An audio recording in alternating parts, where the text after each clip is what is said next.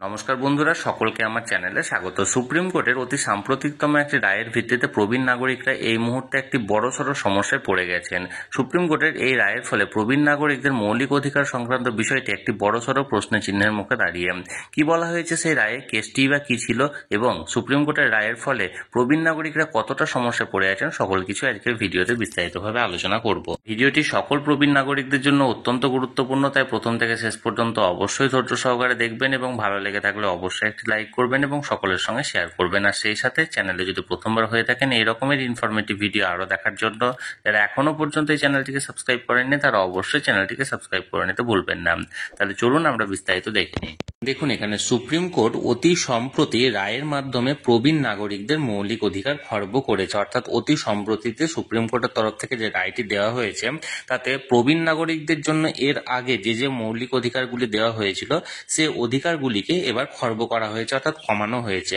দেখুন কি বলা হয়েছে, সাম্প্রতিক রায়ে সমাজে ভুল সংকেত পাঠানোর জন্য পিতামাতা এবং প্রবীণ নাগরিক আইন 2007-এর রক্ষণাবেক্ষণ এবং কল্যাণের ধারা 23(1) এর সুপ্রিম কোর্টের সাম্প্রতিক ব্যাখ্যা হল 2021 সালের 6 ডিসেম্বর 2022 তারিখের রায়ের মাধ্যমে দেওয়ানি আপিল নাম্বার 174-এ স্পষ্টভাবে বলা হয়েছে যে যখন একজন পিতামাতা তাদের স্থাবর সম্পত্তি তাদের এক বা একাধিক সন্তানকে উপহার হিসাবে দেবেন তখন তারা তাদের সন্তানদের প্রতি স্বাভাবিক ভালোবাসা এবং স্নেহের কারণে তা করতে পারেন। অর্থাৎ তিনি যদি দান করেন তাহলে সেটা লাভ অ্যান্ড অ্যাফেকশন এই বেসিসে দানটা করতে পারেন, এবং একটি পারস্পরিক প্রতিশ্রুতি দিয়ে নয় যে শিশুরা পিতামাতার যত্ন নেবে এবং বৃদ্ধ বয়সে তাদের রক্ষণাবেক্ষণ করবে। আদালত আরও বলেছে যে পিতামাতা এবং প্রবীণ নাগরিক আইন 2007-এর রক্ষণাবেক্ষণ এবং কল্যাণের ধারা 23-এর সুবিধা নেওয়ার জন্য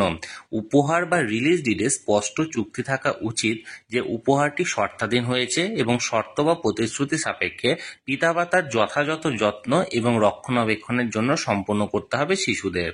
আদালত স্পষ্টভাবে বলেছে যে হস্তান্তর দলিলের কোনো শর্তের অনুপস্থিতিতে দাতা পিতামাতার মৌলিক শারীরিক চাহিদা প্রদানের জন্য দানকারীর কোনো বাধ্যবাধকতা থাকবে না, এবং এই পরিস্থিতিতে রক্ষণাবেক্ষণ আইনের 23 নম্বর ধারার অধীনে স্থানান্তর নথিটি প্রত্যাহার করা যাবে না।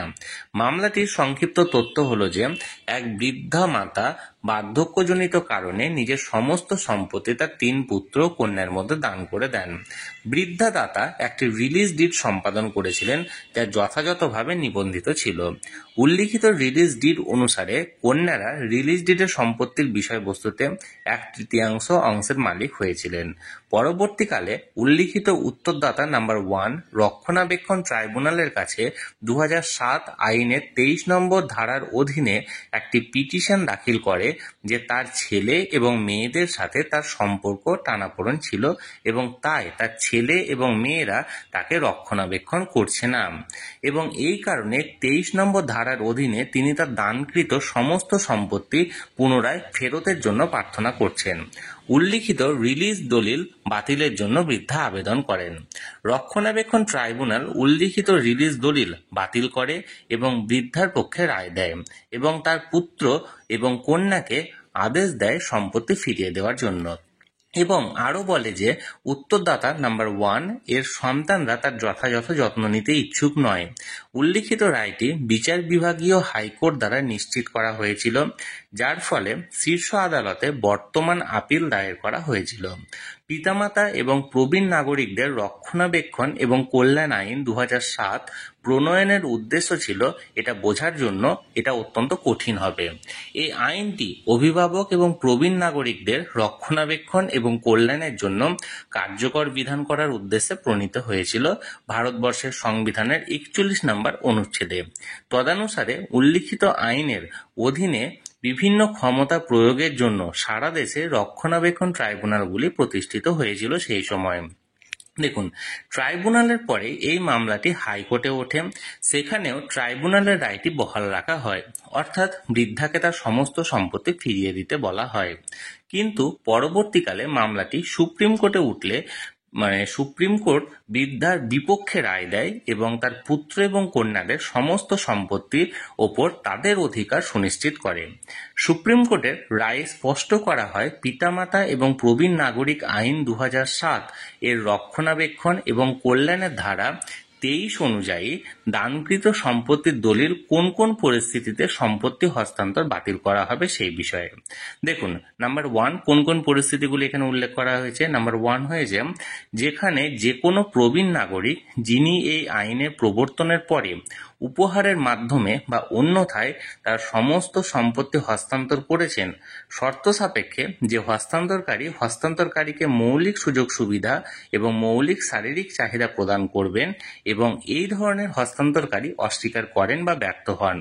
এই ধরনের সুযোগ সুবিধা এবং শারীরিক চাহিদা প্রদানের জন্য সম্পত্তির উল্লিখিত হস্তান্তর প্রতারণা বা জোরপূর্বক বা অযাচিত প্রভাবের অধীনে করা হয়েছে বলে গণ্য হবে এবং হস্তান্তরকারীর বিকল্পে ট্রাইব্যুনাল কর্তৃক বাতিল ঘোষণা করা হবে।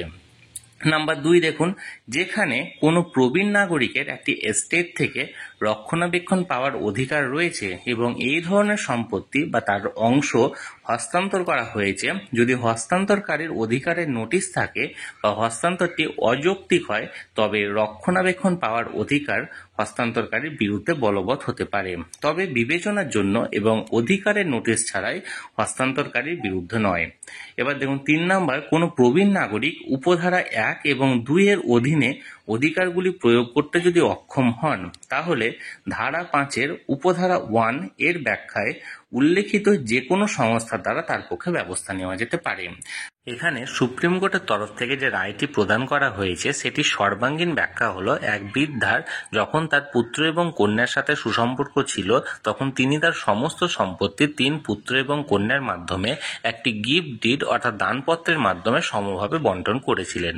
কিন্তু যখন তার পুত্র এবং কন্যাদের সাথে সম্পর্ক খারাপ হতে শুরু করে এবং তার পুত্র এবং কন্যারা তার দেখভাল করছিলেন না, তখন তিনি ট্রাইব্যুনালে আবেদন করেন এবং তিনি জানান যে তার সমস্ত দানকৃত সম্পত্তি সিনিয়র সিটিজেন অ্যাক্ট অনুযায়ী তাকে ফেরত দেওয়ার। কিন্তু ট্রাইব্যুনালে এখানে বৃদ্ধার পক্ষে রায় যায় এবং তার পুত্র এবং কন্যাদের সমস্ত সম্পত্তি ফেরত দেওয়ার জন্য বলা হয় এবং পরবর্তীকালে হাইকোর্টে কেসটি উঠলে সেখানেও কিন্তু ট্রাইব্যুনালের রায়টি বহাল রাখে।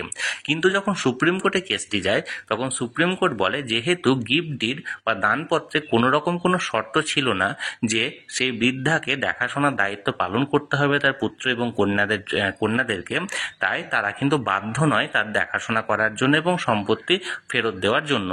সুপ্রিম কোর্টের রায়ে স্পষ্ট বলা হয়েছে যে কোনো বৃদ্ধ বা বৃদ্ধা যদি লাভ অ্যান্ড অ্যাফেকশন জনিত কারণে নিজের পুত্র বা কন্যার মধ্যে কোনো সম্পত্তি দানপত্র করে বা গিফট করে, তাহলে সেক্ষেত্রে অবশ্যই সেই গিফট ডিডে একটি শর্ত রাখুন যে তার সমস্ত ভরণ পোষণের দায়িত্ব সেই পুত্র বা কন্যাকে নিতে হবে, নচেত কিন্তু সিনিয়র সিটিজেন অ্যাক্ট 23 আন্ডারে কিন্তু এই কেসটি পড়বে না এবং সেক্ষেত্রে প্রবীণ নাগরিকরা নিজেদের অধিকার বা নিজেদের সম্পত্তি কিন্তু ভবিষ্যতে ফেরত পাবে না। বন্ধুরা, সিনিয়র সিটিজেন অ্যাক্টের উপর ভিত্তি করে সুপ্রিম কোর্টের এই কেসটির ব্যাপারে যাবতীয় তথ্য দেওয়ার আমি আপনাদেরকে চেষ্টা করলাম। সুপ্রিম কোর্টের এই রায়টি কি যথাযথ হয়েছে না বৃদ্ধার প্রতি আরো বেশি সহানুভূতিশীল হওয়ার প্রয়োজন ছিল, কি মনে করছেন আপনারা অবশ্যই কমেন্টের মাধ্যমে জানান। আর ভিডিওটি ভালো লেগে থাকলে লাইক করুন এবং সকলের সঙ্গে শেয়ার করুন। চ্যানেলে প্রথমবার হলে অবশ্যই চ্যানেলটিকে সাবস্ক্রাইব করে রাখুন। ধন্যবাদ, দেখা হচ্ছে পরের ভিডিওতে।